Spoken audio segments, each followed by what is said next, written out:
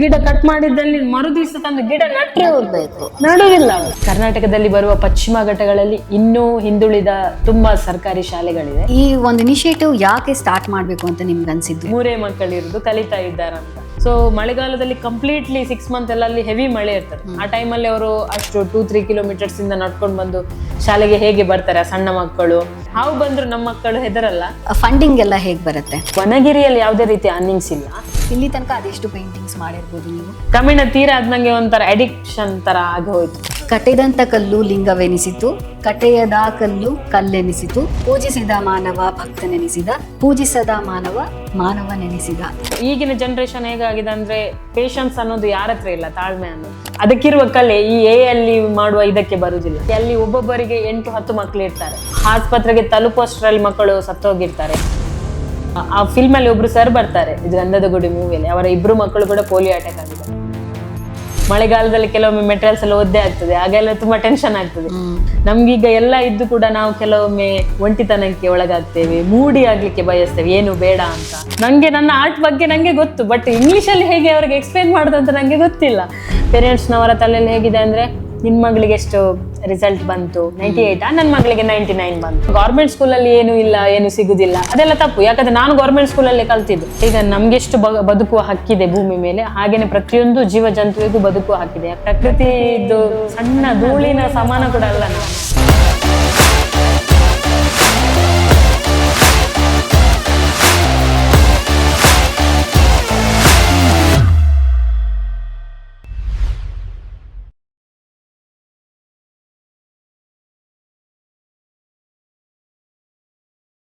Hi, ಎಲ್ರಿಗೂ ನಮಸ್ಕಾರ. ನೀವು ನೋಡ್ತಾ ಇದ್ದೀರಾ ಘನ ಮಾತು ಪಾಡ್ಕಾಸ್ಟ್. ಅಂಡ್ ಈ ಒಂದು ಪಾಡ್ಕಾಸ್ಟ್ ನಲ್ಲಿ ಸೊಸೈಟಿಯಲ್ಲಿ ಒಂದು ಪಾಸಿಟಿವ್ ಇಂಪ್ಯಾಕ್ಟ್ ಮಾಡಿರೋರ್ನ, ವೈಲ್ಡ್ ಲೈಫ್ ಕನ್ಸರ್ವೇಷನಿಸ್ಟ್ಗಳನ್ನ, ಹಾಗೆ ಯುನೀಕ್ ಪರ್ಸನಾಲಿಟೀಸ್ಗಳನ್ನ ಕರೆತರೋ ಪ್ರಯತ್ನ ಮಾಡ್ತಾ ಇದ್ದೀನಿ.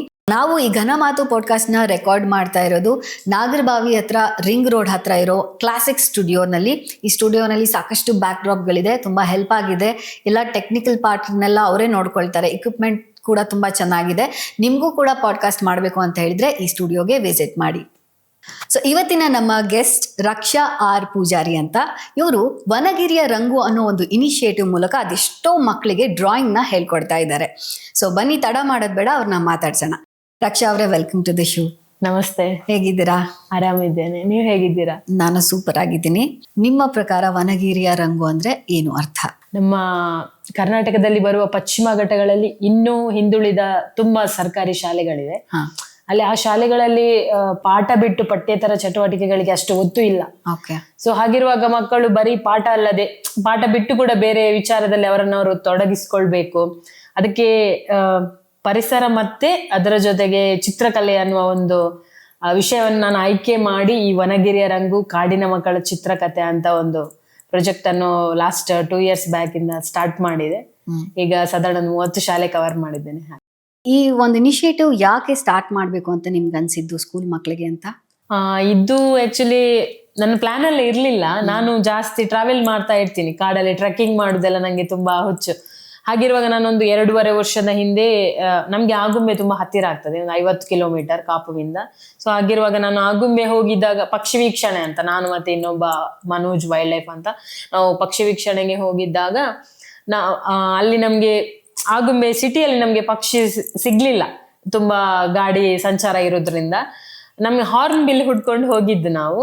ಸೊ ಮಂಗಟ್ಟೆ ಹಕ್ಕಿಯನ್ನ ಅದು ಸಿಗ್ಲಿಲ್ಲ ಅಂತ ಅಲ್ಲೇ ಸ್ವಲ್ಪ ಒಳಗಡೆ ಹಳ್ಳಿಯಲ್ಲಿ ಸ್ವಲ್ಪ ಆಫ್ ರೋಡ್ ಅಲ್ಲಿ ಹೋದ್ವಿ ನಾವು. ಆಗ ನಮ್ಗೆ ಅಲ್ಲಿ ಒಂದು ಹಳ್ಳಿ ಸಿಕ್ತು, ಮಲ್ಲಂದೂರು ಅಂತ. ತುಂಬಾ ಚಂದ ಇದೆ ಅದು ಹಳ್ಳಿ. ಬಟ್ ಅಲ್ಲಿ ಹೋಗ್ಲಿಕ್ಕೆ ಪರ್ಮಿಷನ್ ಬೇಕು, ವೈಲ್ಡ್ ಲೈಫ್ ಅವರದ್ದು, ಫೋಟೋಗ್ರಫಿ ಮಾಡ್ಲಿಕ್ಕೆ ಕೂಡ.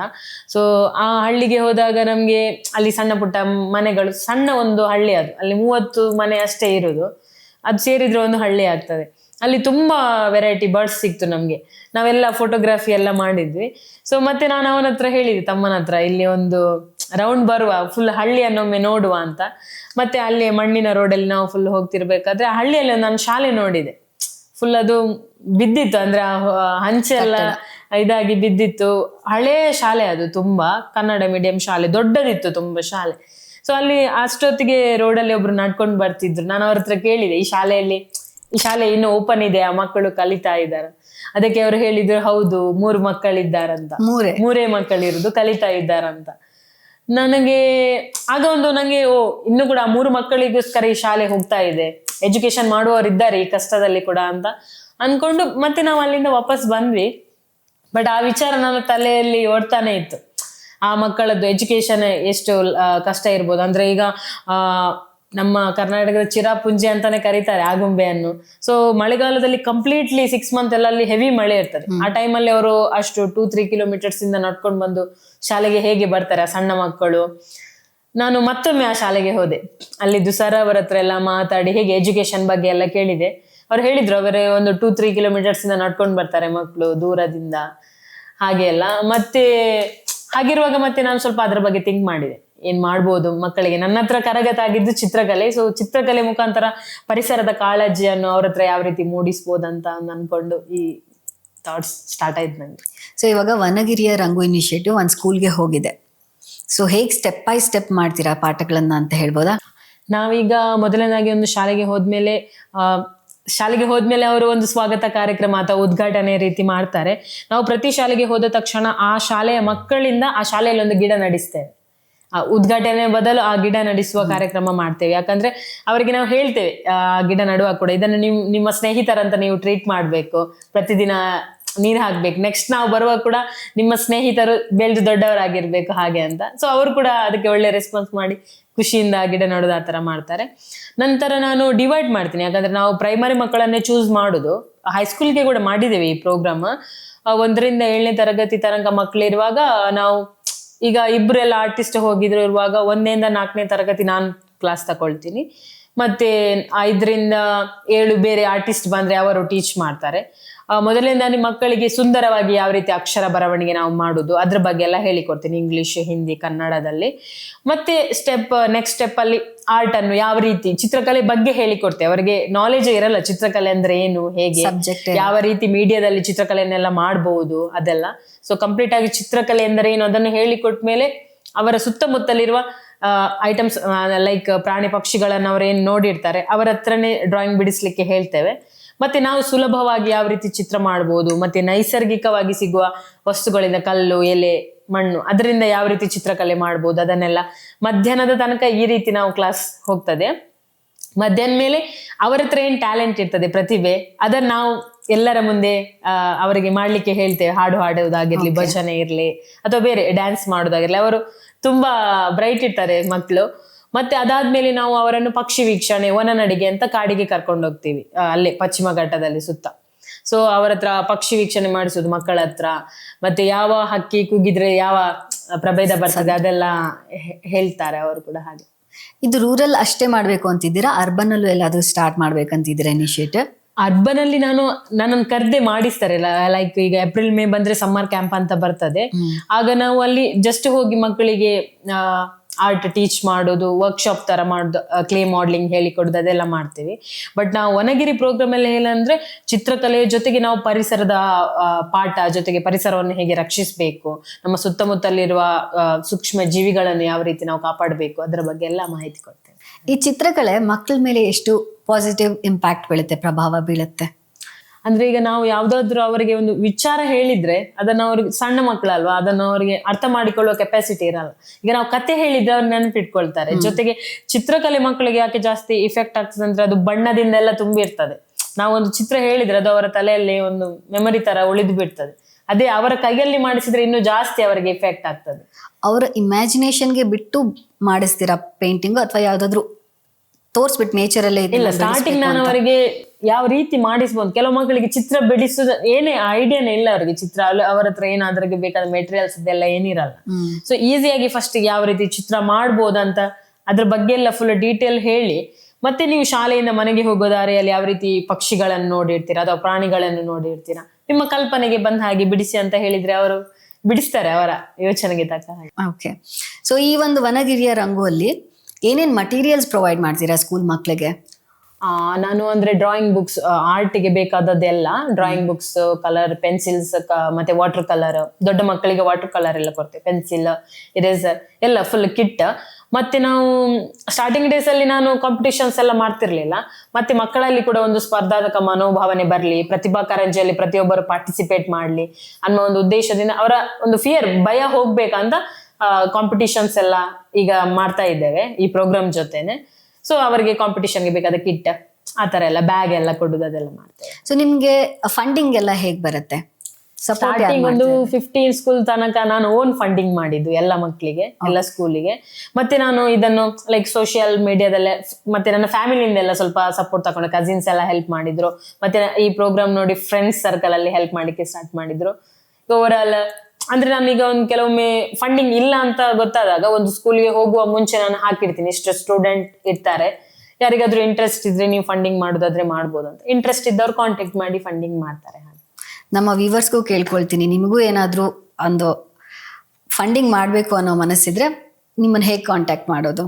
ನನ್ನನ್ನು ಅಂದ್ರೆ ಇನ್ಸ್ಟಾಗ್ರಾಮ್ ಅಲ್ಲಿ ಕೂಡ ನಮ್ದು ವನಗಿರಿಯ ರಂಗು ಅಂತ ಒಂದು ಪೇಜ್ ಇದೆ, ಅದರಲ್ಲಿ ಕೂಡ ಕಾಂಟ್ಯಾಕ್ಟ್ ಮಾಡ್ಬೋದು. ಅಂದ್ರೆ ಹತ್ತಿರದವರೆಲ್ಲ ಜಾಸ್ತಿಯಾಗಿ ನಂಗೆ ಮೆಟೀರಿಯಲ್ಸ್ ತಂದು ಕೊಡ್ತಾರೆ. ಮೆಟೀರಿಯಲ್ಸ್ ತಂದು ಕೊಟ್ಟರು ನಂಗೆ ತುಂಬಾ ಹೆಲ್ಪ್ ಆಗ್ತದೆ. ಅಂದ್ರೆ ಹಾಗೆ ಇಲ್ಲ ಕೆಲವರು ನಮ್ಗೆ GPay ಎಲ್ಲ ಮಾಡ್ತಾರೆ. ನಾವು ಮತ್ತೆ ಮೆಟೀರಿಯಲ್ಸ್ ಹೋಲ್ಸೇಲ್ ಬುಕ್ ಶಾಪ್ ಅಲ್ಲಿ ಮೆಟೀರಿಯಲ್ಸ್ ಎಲ್ಲ ತಗೊಂಡು ಮತ್ತೆ ಮಕ್ಕಳಿಗೆ ಪ್ರೊವೈಡ್ ಮಾಡ್ತೀವಿ. ಸೊ ಈ ವನಗಿರಿಯ ರಂಗುಗೆ ಗವರ್ಮೆಂಟ್ ಕಡೆಯಿಂದ ಏನಾದರೂ ಫಂಡಿಂಗ್ ಬರಬೇಕು ಅಂತ ಹೇಳಿದ್ರೆ ಯಾವ್ದಾದ್ರು ಇನಿಷಿಯೇಟಿವ್ ಮಾಡ್ಬೋದಾ?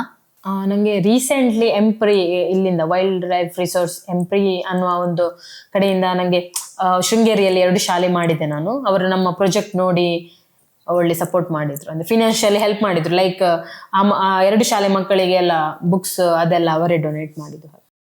ಸೊ ವನಗಿರಿಯ ರಂಗು ಅಲ್ಲಿ ಪಕ್ಷಿ ವೀಕ್ಷಣೆಗೆ ಅಂತ ಕರ್ಕೊಂಡು ಹೋಗ್ತೀರಾ, ಅದ್ರ ಬಗ್ಗೆ ಏನ್ ಹೇಳ್ತೀರಾ? ಅಂದ್ರೆ ಈಗ ನಾನು ರೀಸೆಂಟ್ಲಿ ಈಗ ಕೌತುಕ ಮೂವಿ ಎಲ್ಲ ಬಂತು, ಅದಕ್ಕಿಂತ ಮುಂಚೆ ಕೂಡ ನಾನು ಪಕ್ಷಿ ವೀಕ್ಷಣೆಗೆ ಕರ್ಕೊಂಡು ಹೋಗ್ತಿದ್ದೆ. ಬಟ್ ಕೌತುಕ ಮೂವಿ ನಾನು ನೋಡಿದ್ಮೇಲೆ ನಮ್ಮ ಅದೇ ಉತ್ತರ ಕನ್ನಡದಲ್ಲಿ ಜೋಯಿಡಾ ಹತ್ತಿರ ಇರುವ ಲೈಕ್ ಸೀನ್ಸ್ ತಗೊಂಡು ಅವ್ರು ಮೂವಿ ಮಾಡಿದ್ದು ಕಿರುಚಿತ್ರ ತುಂಬಾ ಚಂದ ಇದೆ. ಒಂದು ಹಾರ್ನ್ಬಿಲ್ ಹಕ್ಕಿಯ ಮೇಲೆ, ಮಂಗಟ್ಟೆ ಹಕ್ಕಿಯ ಮೇಲೆ ಮಾಡಿದ ಮೂವಿ. ಈಗ ನಮ್ಗೆ ಹೇಗೆ ಫ್ಯಾಮಿಲಿ ಅಂತ ಎಲ್ಲ ಇರ್ತದೆ, ಅದರ ಮೇಲೆ ನಮ್ಗೆ ಹೇಗೆ ಬಾಂಧವ್ಯ ಇರ್ತದೆ, ಹಾಗೆ ಆ ಪಕ್ಷಿಗಳಿಗೆ ಕೂಡ ಈಗ ಮಂಗಟ್ಟೆ ಹಕ್ಕಿ ಏನಿದೆ, ಅದು ಮೊಟ್ಟೆ ಇಟ್ಟ ಮೇಲೆ ಅದರ ಕಾವು ಕೊಡ್ಲಿಕ್ಕೆ ಸ್ಟಾರ್ಟ್ ಮಾಡ್ತದಲ್ವಾ. ಇನ್ನೊಂದು ಅದರ ಗಂಡು ಹಕ್ಕಿ ಆಹಾರ ತರ್ಲಿಕ್ಕೆ ಅಂತ ಹೊರಗೆ ಹೋದದ್ದು ವಾಪಸ್ ಬರದಿದ್ರೆ ಆ ಹಕ್ಕಿ ಹೊರಗೆ ಹೋಗಲ್ಲ, ಹೆಣ್ಣು ಹಕ್ಕಿ ಅದು ಗೂಡಲ್ಲೇ ಇದ್ದು ಈ ಹಕ್ಕಿಗೋಸ್ಕರ ವೇಟ್ ಮಾಡಿ ಅಲ್ಲೇ ಸತ್ತು ಹೋಗ್ತದೆ. ಯಾಕಂದ್ರೆ ಇದು ಹೊರಗೆ ಹೋದದ್ದು ಬರುದಿಲ್ಲ, ಒಂದು ಆಕ್ಸಿಡೆಂಟ್ ಅಥವಾ ಬೇಟೆ ಆಡ್ತಾರೆ ತುಂಬಾ ಜನ ಯಾವುದೋ ಒಂದು ಕಾರಣದಿಂದ. ಸೊ ಆ ಮೂವಿಯಲ್ಲಿ ಕೂಡ ಅದನ್ನೇ ತೋರಿಸಿದ್ದಾರೆ. ಸೊ ಈಗ ನಾನು ಕೂಡ ಟೀಚ್ ಮಾಡ್ಲಿಕ್ಕೆ ಹೋಗುದು ಪಶ್ಚಿಮ ಘಟ್ಟದಲ್ಲಿ ಅಲ್ವಾ. ಸೊ ಅಲ್ಲಿ ಹಾರ್ನ್ಬಿಲ್ ತುಂಬಾ ನೋಡ್ಲಿಕ್ಕೆ ಸಿಗ್ತದೆ. ಹಾರ್ನ್ಬಿಲ್ ಅಲ್ಲಿ ತುಂಬಾ ವೆರೈಟೀಸ್ ಹಾರ್ನ್ಬಿಲ್ ಇದೆ. ಆದ್ರೆ ಗ್ರೇ ಹಾರ್ನ್ಬಿಲ್ ಜಾಸ್ತಿ ನೋಡ್ಲಿಕ್ಕೆ ಸಿಗ್ತದೆ, ಮತ್ತೆ ಈ ನಾರ್ಮಲ್ ಹಾರ್ನ್ಬಿಲ್ ಕೂಡ ಸಿಗ್ತದೆ. ಸೊ ಮಕ್ಕಳು ಅದಕ್ಕೆ ಮಳೆಗೆ ಹೋಗಿಲ್ಲ ಅಂತ ಹೇಳ್ತಾರೆ ಮಲೆನಾಡು ಕಡೆಯವರು, ಹಾರ್ನ್ಬಿಲ್ ಅಂದ್ರೆ ಅವರಿಗೆ ಗೊತ್ತಾಗಲ್ಲ. ಸೊ ನಾನು ಪಕ್ಷಿ ವೀಕ್ಷಣೆಗೆ ಹೋದಾಗ ಕೂಡ ಫಸ್ಟ್ಗೆ ಅವರಿಗೆ ನನ್ನ ಹತ್ರ ಒಂದು ಬರ್ಡಿಂಗ್ ಇದೆ, ಒಂದು ಮ್ಯಾಪ್ ಇದೆ, ಅದನ್ನು ತೋರಿಸ್ತೇನೆ ಅವರಿಗೆ. ಅವರು ಅದರ ಹೆಸರು ಕೆಲವರಿಗೆ ಕನ್ನಡದಲ್ಲಿ ಗೊತ್ತಿರಲ್ಲ, ಲೈಕ್ ಇದ್ರಲ್ಲೇ ಅಂತ ಹೇಳುದು ಫೋಟೋ ನೋಡಿ ಹೇಳ್ತಾರೆ, ಇದಕ್ಕೆ ಇದು ಹಕ್ಕಿ ಅದು ಹಕ್ಕಿ ಅಂತ. ಮತ್ತೆ ನಾನು ಅವರಿಗೆ ಅದರ ಸೈಂಟಿಫಿಕ್ ನೇಮ್ ಏನು, ಮತ್ತೆ ಅದರ ಪ್ರಭೇದ ಯಾವುದು, ಅದರ ಆಹಾರ ಪದ್ಧತಿ ಏನು, ಅದನ್ನೆಲ್ಲ ಸಪ್ರೇಟ್ ಆಗಿ ಹೇಳಿಕೊಡ್ತೇನೆ. ಮತ್ತೆ ರೀಸೆಂಟ್ಲಿ ನನ್ನ ಹತ್ರ ಒಂದು ಇದು ವಿಸಿಲ್ ತರ ಇದೆ, ಲೈಕ್ ಅದಕ್ಕೆ ನೀರ್ ಹಾಕಿದ್ರೆ ಅದು ಬೇರೆ ಬೇರೆ ರೀತಿ ಬರ್ಡ್ ಇದ್ದು ಸೌಂಡಿಂಗ್ ಮಾಡ್ತದೆ. ಸೊ ಪಕ್ಷಿ ವೀಕ್ಷಣೆಗೆ ಹೋಗುವಾಗ ಅದನ್ನ ತಕೊಂಡು ಹೋಗ್ತೀನಿ. ಆ ಸೌಂಡಿಂಗ್ ಅಲ್ಲಿ ನಿಯರ್ ಬೈ ಯಾವ್ದಾದ್ರು ಬರ್ಡ್ಸ್ ಎಲ್ಲ ಇದ್ರೆ ರಿಯಾಕ್ಟ್ ಮಾಡ್ಲಿಕ್ಕೆ ಸ್ಟಾರ್ಟ್ ಮಾಡ್ತದೆ. ಅದು ಮಕ್ಕಳಿಗೆ ತುಂಬಾ ಅವರು ಇನ್ವಾಲ್ವ್ ಆಗ್ತಾರೆ, ತುಂಬಾ ಖುಷಿ ಆಗ್ತದೆ. ಮಕ್ಕಳ ಜೊತೆ ಇದ್ದಿದ್ ಮೆಮೊರೇಬಲ್ ಮೂಮೆಂಟ್ಸ್ ಗಳು ಯಾವ್ದು? ನಂಗೆ ಎಲ್ಲ ಶಾಲೆ ಕೂಡ ತುಂಬಾ ಮೆಮೊರೇಬಲ್. ಬಟ್ ನಾನೊಂದು ಇಲ್ಲಿ ಬಣ್ಕನ್ ಶಾಲೆ ಅಂತ ಹೋಗಿದ್ದೆ. ಅಲ್ಲಿ ಶಾಲೆ ಮಕ್ಕಳು ಎಷ್ಟು ಬ್ರೈಟ್ ಇದ್ದಾರೆ ಅಂದ್ರೆ ನಾನಲ್ಲಿ ತುಂಬಾ ಕಲೀಲಿಕ್ಕೆ ಸಿಕ್ತು ನಂಗೆ. ಅಂದ್ರೆ ನಾನು ವನಗಿರಿ ಮಾಡ್ಬೇಕಂತ ಸ್ಕೂಲ್ಗೆ ಹೋದೆ ಪ್ರೋಗ್ರಾಮ್. ಅಲ್ಲಿ ಒಬ್ರು ಪೂರ್ಣೇಶ್ ಮತಾವರ್ ಅಂತ ಸರ್ ಇದ್ದಾರೆ, ಅವ್ರು ತುಂಬಾ ಗ್ರೇಟ್, ಅಂದ್ರೆ ತುಂಬಾ ಇನ್ಸ್ಪೈರಿಂಗ್ ಸರ್. ಅವರ ಕೈಯಲ್ಲಿ ಪಾಠ ಪುಸ್ತಕ ಜೊತೆ ಒಂದು ಕ್ಯಾಮರಾ ಇರ್ತದೆ ಅವರು. ಯಾಕಂದ್ರೆ ಮತ್ತೆ ಶಾಲೆಯ ಮುಂದುಗಡೆ ಏನು ಗಿಡ ಎಲ್ಲ ನಟ್ಟಿದ್ದಾರೆ, ಎಲ್ಲ ಚಿಟ್ಟೆ ಬರುವಂತಹ ಗಿಡಗಳು ನಟ್ಟದವರು. ಪ್ರತಿಯೊಂದು ಇದಕ್ಕೆ ಡಿಫ್ರೆಂಟ್ ವೆರೈಟೀಸ್ ಚಿಟ್ಟೆ ಬರ್ತದೆ. ಅಲ್ಲಿ ಶಾಲೆ ಮಕ್ಕಳಿಗೆ 50 ಮೇಲೆ ಚಿಟ್ಟೆ ಹೆಸರು ಗೊತ್ತುಂಟು. ಆಮೇಲೆ ಎಷ್ಟು ಬರ್ಡ್ಸ್, ನಾನು ಅಲ್ಲಿ ಜಸ್ಟ್ ಮಾರ್ನಿಂಗ್ ಹೋದ ತಕ್ಷಣ ಪ್ರೇಯರ್ ಎಲ್ಲ ಆಗ್ತದಲ್ವಾ, ಒಂದು ಬರ್ಡ್ ಪಾಸ್ ಆಯ್ತು. ಒಬ್ಬ ಹೇಳಿದೆ ಭೀಮರಾಜ ಪಾಸ್ ಆಯ್ತಂತ, ಇನ್ನೊಮ್ಮೆ ಹೇಳ್ತಿದ್ದಾನೆ ರೆಡ್ ಬುಲ್ಬುಲ್ ವಿಸ್ಕರ್ ಪಾಸ್ ಆಯ್ತಂತ. ಅಂದ್ರೆ ಅಷ್ಟು ಬ್ರೈಟ್ ಇದ್ದಾರೆ. ಎಲ್ಲ ಇದರದ್ದು ಗೂಡಿನ ಹೆಸರು ಗೊತ್ತು, ಹಕ್ಕಿ ಹೆಸರು, ಅದರ ಪ್ರಭೇದ. ಯಾಕಂದ್ರೆ ಇಷ್ಟು ದೊಡ್ಡ ಬುಕ್ ಇದೆ ಸರ್ ಹತ್ರ, ಆ ಬುಕ್ ಅಲ್ಲಿ ವೈಲ್ಡ್ ಲೈಫ್ ಬಗ್ಗೆ ಎಲ್ಲ ಇದೆ. ಮಕ್ಕಳಿಗೆ ಪಾಠ ಪುಸ್ತಕಕ್ಕಿಂತ ಜಾಸ್ತಿ ಅದು ಬುಕ್ ಬಾಯಾಟಿದೆ. ಅವ್ರ ವೈಫ್ ಕೂಡ ತುಂಬಾ ಸಪೋರ್ಟ್ ಮಾಡ್ತಾರೆ ಅಂತ ಸರ್. ಈಗ ನೋಡಿ, ಡ್ರಾಯಿಂಗ್ ಟೀಚರ್ ಇಲ್ಲದಿದ್ರು ಒಬ್ಬ ಸಾಮಾನ್ಯ ಶಿಕ್ಷಕ ಏನು ಪಾಠ ಮಾಡ್ತಾನೆ, ಪಾಠ ಬಿಟ್ಟು ಈ ತರ ಮಾಡಿದ್ರೆ ಅಲ್ಲಿ ಮಕ್ಕಳು ಅಷ್ಟು ಬ್ರೈಟ್ ಇರ್ತಾರೆ, ತುಂಬಾ ಖುಷಿ ಆಗ್ತದೆ. ಇನ್ನೊಂದೇನಂದ್ರೆ ನಾನು ನಾಗರಹೊಳೆ ಹೋಗಿದ್ದೆ. ಅಲ್ಲಿದ್ದು ಕುರುಬ ಜನಾಂಗ ಅಂತ ಇದೆ, ಅಲ್ಲಿ ಕುರುಬ ಜನಾಂಗದ ಮಕ್ಕಳು ಜಾಸ್ತಿ ಇರೋದು, ಅವ್ರ ಟ್ರೈಬ್ಸ್. ಸೊ ಮತ್ತೆ ಜೇನು ಕುರುಬರ ಜೇನು ಕುರುಬರ ಅವರ ಜೊತೆ ನಾವು ಅಲ್ಲಿ ಫುಲ್ ರಿಸರ್ವ್ ಫಾರೆಸ್ಟ್ ಒಳಗಡೆ ಇದ್ದದ್ದು. ಈಗ ಮತ್ತೆ ನಾವು ವನಗಿರಿ ಹೋಗುವಾಗ ನಮ್ಗೆ ವೈಲ್ಡ್ ಲೈಫ್ಗೆ ಹೋಗುದಾದ್ರೆ ಕ್ಯಾಜುವಲ್, ಈಗ ಮಲೆನಾಡಲ್ಲಾದ್ರೆ ಪರ್ಮಿಷನ್ ಬೇಕಿರಲ್ಲ. ರಿಸರ್ವ್ ಫಾರೆಸ್ಟ್ ಎಕ್ಸಾಂಪಲ್ ಈಗ ಬಂಡೀಪುರ, ಬನ್ನೇರುಘಟ್ಟ ಅಲ್ಲೆಲ್ಲ ಹೋಗ್ಬೇಕಾದ್ರೆ ನಮ್ಗೆ ಕೆಲವು ತಾಲೂಕು ಆಫೀಸ್ ಇದ್ದು ಮತ್ತೆ ಪಂಚಾಯತ್ ಮತ್ತೆ ಇಲ್ಲಿದ್ದು ರಿಸರ್ವ್ ಫಾರೆಸ್ಟ್ ಅವರ ಫಾರೆಸ್ಟ್ ಆಫೀಸರ್ ಇದೆಲ್ಲರದ್ದು ಪರ್ಮಿಷನ್ ಬೇಕು, ಹಾಗೆ ಹೋಗ್ಲಿಕ್ಕೆ ಆಗಲ್ಲ. ಸೊ ನಂಗೆ ನವೀನ್ ರಾವತ್ ಸರ್ ಅಂತ ಇದ್ದಾರೆ ಇಲ್ಲಿ ನಾಗರಹೊಳೆಯಲ್ಲಿ, ಅವರು ಅಲ್ಲಿ ಎಲ್ಲ ಪ್ರೋಗ್ರಾಮ್ ಮಾಡ್ಲಿಕ್ಕೆ ಒಳ್ಳೆ ರೀತಿ ಪರ್ಮಿಷನ್ ಮಾಡಿ ಕೊಟ್ರು ನಂಗೆ.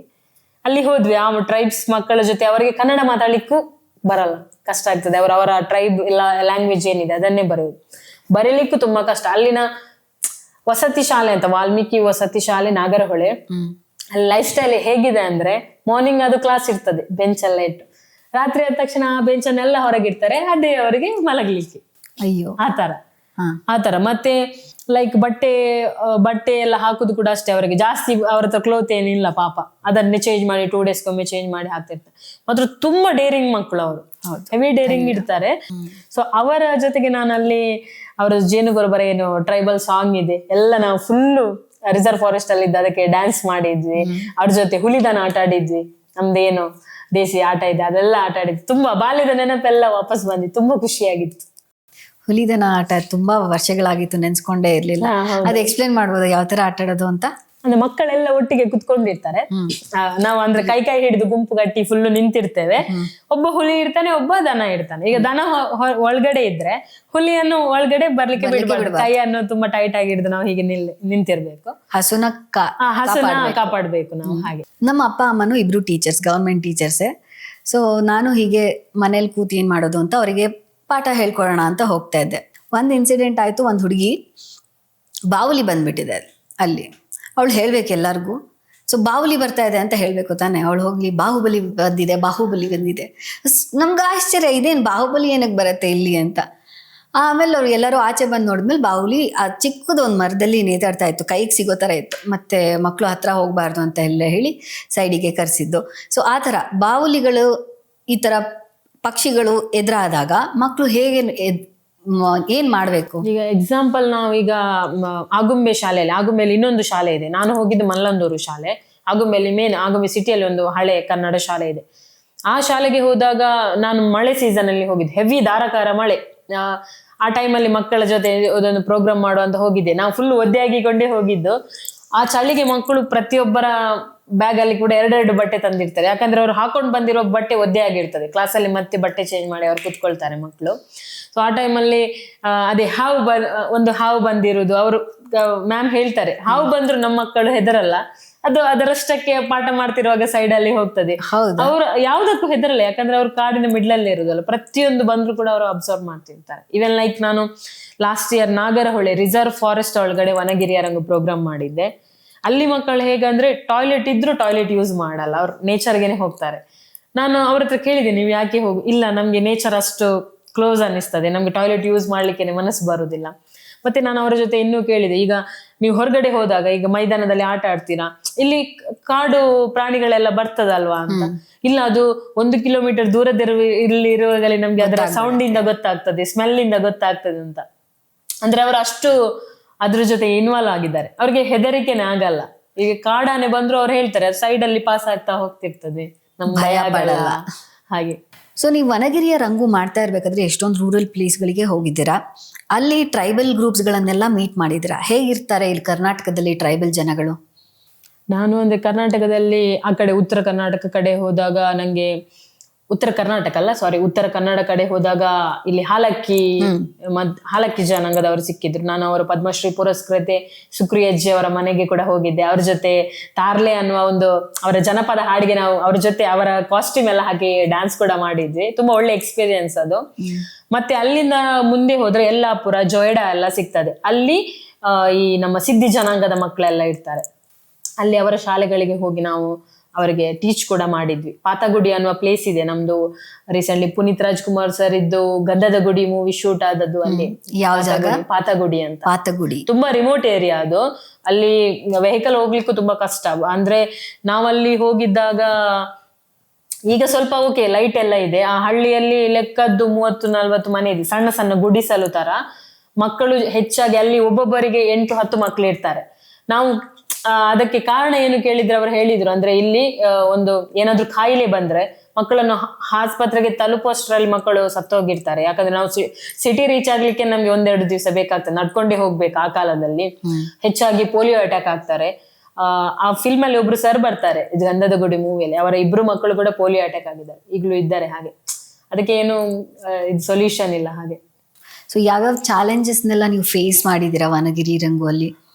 ಲೈಕ್ ಈಗ ನಮ್ಗೆ ಜಾಸ್ತಿ ಚಾಲೆಂಜ್ ಅಂತ ಅನಿಸುದು, ನನ್ನ ಹತ್ರ ವೆಹಿಕಲ್ ಇಲ್ಲ, ನಾನು ಮಲೆನಾಡಿಗೆನೆ ಜಾಸ್ತಿ ಹೋಗ್ಬೇಕಲ್ವಾ. ಸೊ ನಮ್ ಕರಾವಳಿಯಿಂದ ಮಲೆನಾಡು ಮ್ಯಾಕ್ಸಿಮಮ್ 60 ಕಿಲೋಮೀಟರ್ ಕ್ರಾಸ್ ಆಗಿ ಮತ್ತೆನೆ ಸಿಗುದು. ಸೊ ನಾನು ಆ ಕಡೆ ಹೋಗ್ಬೇಕಾದ್ರೆ ಇಲ್ಲಿಂದ ಈಗ ಕೆಲವು ಶಾಲೆಯಲ್ಲಿ ಮಕ್ಕಳು ಕಡಿಮೆ ಇರ್ತಾರೆ, ಆಗ ನಂಗೆ ಬಸ್ಸಲ್ಲಿ ತಕೊಂಡು ಹೋಗ್ಲಿಕ್ಕೆ ಪ್ರಾಬ್ಲಮ್ ಆಗಲ್ಲೇನು. ಕೆಲವು 50-60 ಮಕ್ಕಳು ಇರುವಾಗ ಕೆಲವರು ಫ್ರೆಂಡ್ ಅವ್ರು ನಂಗೆ ಹೆಲ್ಪ್ ಮಾಡ್ತಾರೆ, ಅವರು ತಂದು ಅಲ್ಲಿ ತನಕ ಡ್ರಾಪ್ ಮಾಡಿ ಮತ್ತೆ ವಾಪಸ್ ಬರ್ತಾರೆ. ಅಂದ್ರೆ ಮೆಟೀರಿಯಲ್ಸ್ ತಕೊಂಡು ಹೋಗ್ಲಿಕ್ಕೆ ಕಷ್ಟ ಆಗ್ತದೆ. ಇಲ್ಲದಿದ್ರೆ ಕೆಲವೊಮ್ಮೆ ಈಗ ಕುದುರೆಮುಖ ಎಲ್ಲ ಶಾಲೆಗೆ ಹೋಗುವಾಗ ನಾನೇ ಬಸ್ಸಲ್ಲಿ ಓನ್ ಕ್ಯಾರಿ ಮಾಡ್ತಾ ಹೋಗ್ತೀನಿ, ಅಷ್ಟು ಲಗೇಜ್ ಬ್ಯಾಗ್ಗೆ ಹಾಕೊಂಡು ಮಕ್ಕಳದ್ದು ಮೆಟೀರಿಯಲ್ಸ್ ಎಲ್ಲ. ಮಳೆಗಾಲದಲ್ಲಿ ಕೆಲವೊಮ್ಮೆ ಮೆಟೀರಿಯಲ್ಸ್ ಎಲ್ಲ ಒದ್ದೆ ಆಗ್ತದೆ, ಆಗೆಲ್ಲ ತುಂಬಾ ಟೆನ್ಷನ್ ಆಗ್ತದೆ, ಅಷ್ಟು ತಕೊಂಡ್ ಬಂದದ್ದು ವೇಸ್ಟ್ ಆಗ್ಬಾರ್ದಲ್ಲ ಅಂತ. ಯಾವತ್ತಾದ್ರೂ ವರ್ಸ್ಟ್ ಮೂಮೆಂಟ್ ಅಂತ ಆಗಿದ್ಯಾ, ಅಯ್ಯೋ ಈ ದಿನ ಚೆನ್ನಾಗಾಗ್ಲಿಲ್ಲ ವನಗಿರಿ ರಂಗು ಅಲ್ಲಿ? ಇಲ್ಲ, ನಂಗೆ ವನಗಿರಿ ರಂಗಲ್ಲಿ ಯಾವತ್ತು ಅಂದ್ರೆ ನಾನು ಕೆಲವೊಮ್ಮೆ ತುಂಬಾ ಟ್ರಾವೆಲ್ ಮಾಡಿ ತುಂಬಾ ಸುಸ್ತಾಗಿರ್ತದೆ, ಬಾಡಿ ಸಪೋರ್ಟೇ ಮಾಡಲ್ಲ. ಬಟ್ ಅಲ್ಲಿ ಹೋಗಿ ಆ ಮಕ್ಕಳ ಮುಖ ನೋಡುವಾಗ ತುಂಬಾ ಖುಷಿ ಆಗ್ತದೆ, ಎಲ್ಲ ಮರ್ತು ಹೋಗಿ ಬಿಡ್ತದೆ. ಹಾಗೆ ಮಕ್ಳ ರೆಸ್ಪಾನ್ಸ್ ಎಲ್ಲ ಹೇಗಿರುತ್ತೆ? ತುಂಬಾ ಒಳ್ಳೆ ಅವರಂದ್ರೆ. ಮತ್ತೆ ಇನ್ನೊಂದ್ ಏನಂದ್ರೆ, ಯಾರು ನನ್ನನ್ನು ಮ್ಯಾಮ್ ಅಂತ ಕರೆಯಲ್ಲ, ಟೀಚರ್ ತರ ಫೀಲ್ ಮಾಡಲ್ಲ, ಅಕ್ಕ ಅಂತ ಕರೆದು ತುಂಬಾ ಇಷ್ಟಪಟ್ಟು ಒಳ್ಳೆ ಮಿಂಗಲ್ ಆಗ್ತಾರೆ. ಸ್ಟಾರ್ಟಿಂಗ್ ಅಲ್ಲಿ ಫ್ಯಾಮಿಲಿ ಸಪೋರ್ಟ್ ಹೇಗಿತ್ತು? ಬಿಕಾಸ್ ಸ್ಟಾರ್ಟಿಂಗ್ ಅಲ್ಲಿ ಅಷ್ಟು ಅರ್ನಿಂಗ್ಸ್ ಇರೋದಿಲ್ಲ, ಇವಾಗ ತಾನೇ ಶುರು ಮಾಡಿದೀವಿ ಅನ್ನುವಾಗ. ಸೊ ಹೇಗೆ ಸಪೋರ್ಟ್ ಮಾಡ್ತಾ ಇದ್ರು? ಅಂದ್ರೆ ನಂಗೆ ವನಗಿರಿಯಲ್ಲಿ ಯಾವುದೇ ರೀತಿ ಅರ್ನಿಂಗ್ಸ್ ಇಲ್ಲ. ನಾನು ನನ್ನ ಪ್ರಾಜೆಕ್ಟ್ ಸ್ಟಾರ್ಟ್ ಮಾಡುವಾಗಲೇ ನಾನು ಅದಕ್ಕೆ ಬದಲಾಗಿದೆ. ಲೈಕ್ ಇದು ಕ್ಯಾಂಪ್ ಉಚಿತ ಮಾಡೋದಂತ. ನಾನು ಇದುವರೆಗೆ ಮಾಡಿದ 30 ಶಾಲೆ ಕೂಡ ಉಚಿತವಾಗಿ ಮಾಡಿದ್ದು, ಯಾವ ಶಾಲೆಗೆ ಕೂಡ ನಾನು ಅಮೌಂಟ್ ತಕೊಳ್ಳಿಲ್ಲ. ಇನ್ನು ಮುಂದೆ ಮಾಡುವಾಗ ಕೂಡ ನಾನು ಗೌರ್ಮೆಂಟ್ ಶಾಲೆಗಳಿಗೆ ಫ್ರೀ ಆಗಿ ಮಾಡುದು. ಸೊ ಸ್ಟಾರ್ಟಿಂಗ್ ಅಲ್ಲಿ ಈ ತರ ನಾನು ಅಂದ್ರೆ ಈಗ ಮಲೆನಾಡಿಗೆ ಹೋಗುವಾಗ ಬೆಳಗ್ಗೆ ಬೇಗ ಎದ್ದು ಹೋಗ್ಬೇಕು. ಅಮ್ಮ ಕೇಳಲಿಕ್ಕೆ ಸ್ಟಾರ್ಟ್ ಮಾಡಿತ್ತು, ನೀ ಏನ್ ಮಾಡ್ತಿದ್ದೀಯಾ ಅಂತ. ಅವರಿಗೆ ನಂದು ಆರ್ಟ್ ಬಗ್ಗೆ ಅಷ್ಟು ನಾಲೆಜ್ ಇಲ್ಲ, ಬಟ್ ಅಪ್ಪ ತುಂಬಾ ಸಪೋರ್ಟಿವ್ ಇದ್ದಾರೆ. ಅಮ್ಮನಿಗೆ ಭಯ, ಅಂದ್ರೆ ಇಷ್ಟು ಬೇಗ ಎದ್ದು ಹೋಗ್ತೀಯಾ, ಬಸ್ ಸ್ಟ್ಯಾಂಡ್ಗೆ ಹೋಗಿ ಅಲ್ಲಿಂದ ಟ್ರಾವೆಲ್ ಮಾಡ್ತೀಯಾ, ಏನು ಕಾಡಿಗೆಲ್ಲ ಹೋಗ್ತೀಯಾ, ಅಲ್ಲಿ ನೆಟ್ವರ್ಕ್ ಇರಲ್ಲ, ಅವ್ರು ಕಾಲ್ ಮಾಡಿದ್ರೆ ನಂಗೆ ಕಾಲ್ ರೀಚ್ ಆಗಲ್ಲ, ಆ ತರ. ಸೊ ಆ ಟೈಮಲ್ಲೆಲ್ಲ ನಾನು ಏನ್ ಮಾಡ್ತೀನಿ ಅಂದ್ರೆ, ಈಗ ನಾವು ಎಷ್ಟೇ ಟ್ರಾವೆಲ್ ಮಾಡುದು at the end of the day ನಮ್ಗೆ ಸೇಫ್ಟಿ ತುಂಬಾ ಇಂಪಾರ್ಟೆಂಟ್. ಸೊ ಆ ಟೈಮಲ್ಲಿ ಏನ್ ಮಾಡ್ತೀನಿ ಅಂದ್ರೆ, ಮುಂಬೈಯಲ್ಲಿ ನನ್ನ ಅಕ್ಕ ಇದ್ದಾರೆ, ಸೊ ನಾನು ಎಲ್ಲಿ ಹೋಗುದಾದ್ರೂ ಒಂದು ಲೈವ್ ಲೊಕೇಶನ್ ಅವರಿಗೆ ಕಳಿಸಿಟ್ಟು ಹೋಗ್ತೀನಿ. ಲೈಕ್ ಕಾಲ್ ರೀಚ್ ಆಗದಿದ್ರು ಅಟ್ಲೀಸ್ಟ್ ಅಮ್ಮನವರಿಗೆ ಒಂದು ಇನ್ಫಾರ್ಮ್ ಮಾಡ್ಲಿಕ್ಕೆ, ಈ ಪ್ಲೇಸ್ ಅಲ್ಲಿ ಇದ್ದಾರೆ ಹಾಗೆ ಅಂತ.